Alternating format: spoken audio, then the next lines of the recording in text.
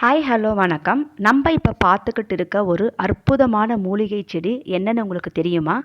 கண்டிப்பாக எனக்குமே தெரியாதுங்க. கூகுளில் சர்ச் பண்ணதுக்கப்புறம் தான் நான் ரொம்ப ஆச்சரியப்பட்டேன். நாங்கள் குடியிருக்க வீட்டுக்கு முன்னாடி ஒரு தென்னை மரம் இருக்குங்க. அந்த தென்னை மரத்துக்கு கீழே தான் இந்த மூலிகை செடி இருக்குது. நான் கூகுளில் சர்ச் பண்ணி பார்த்ததுக்கப்புறம் தான் தெரிஞ்சுதுங்க, இது அஸ்வகந்தா மூலிகை தாவரம் அப்படின்னு. அஸ்வகந்தா அப்படின்றது ஆயுர்வேதத்தில் பயன்படுற ஒரு அற்புதமான மூலிகை தாவரம்ங்க. வட சொல்ல அஸ்வம் அப்படின்னா குதிரை, கந்தா அப்படின்னா கிழங்கு. தமிழில் இதுக்கு அமுக்கிரான் கிழங்கு அப்படின்னு இன்னொரு பேரும் இருக்குங்க.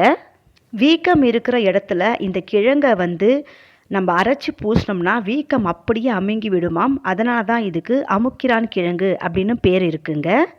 தமிழில் இன்னும் இருளிச்செவி, வராகக்கர்ணி, அஸ்வம் அப்படின்னு நிறைய பேர்கள் இருக்குது.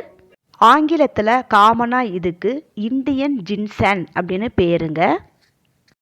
இந்த அஸ்வகந்தா கிழங்குகள் ஸ்ட்ரெஸ், ஆன்சைட்டி, அதாவது மன அழுத்தம், படபடப்பு இதை குறைக்கிறதுக்கு ரொம்ப முக்கியமாக உதவுதுங்க. அதே மாதிரி மென்டல் ஹெல்த் கண்டிஷனுக்கும் அதிகமாக பயன்படுதான்.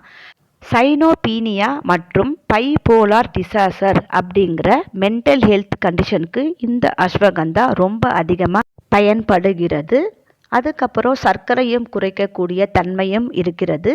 வீக்கத்தை குறைக்கும் தன்மை கொண்டது.